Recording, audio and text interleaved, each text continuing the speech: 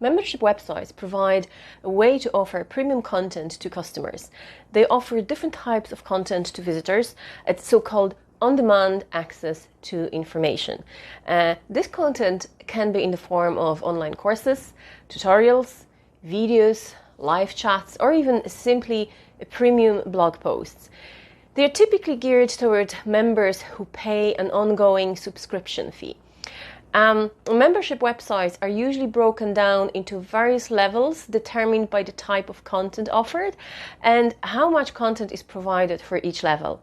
And a membership website is for those businesses that want to offer high-level quality content that is exclusive to their customers. And if this is something you do anyway, share your knowledge with your visitors, perhaps subscription-based membership is an option for you to consider. Membership websites can be built on a range of platforms. On WordPress, this is one of my favorite platforms, or any other CMS that you prefer. The best part about making your own membership platform is complete control over its design and features. It's a way to establish an online community outside of social media, so not relying on Facebook or Instagram or some other platforms, and generate additional income. You can get your own membership website with WordPress, as I said, Wix, or course creation platforms like Kajabi, Learnwords, Thinkific, and others.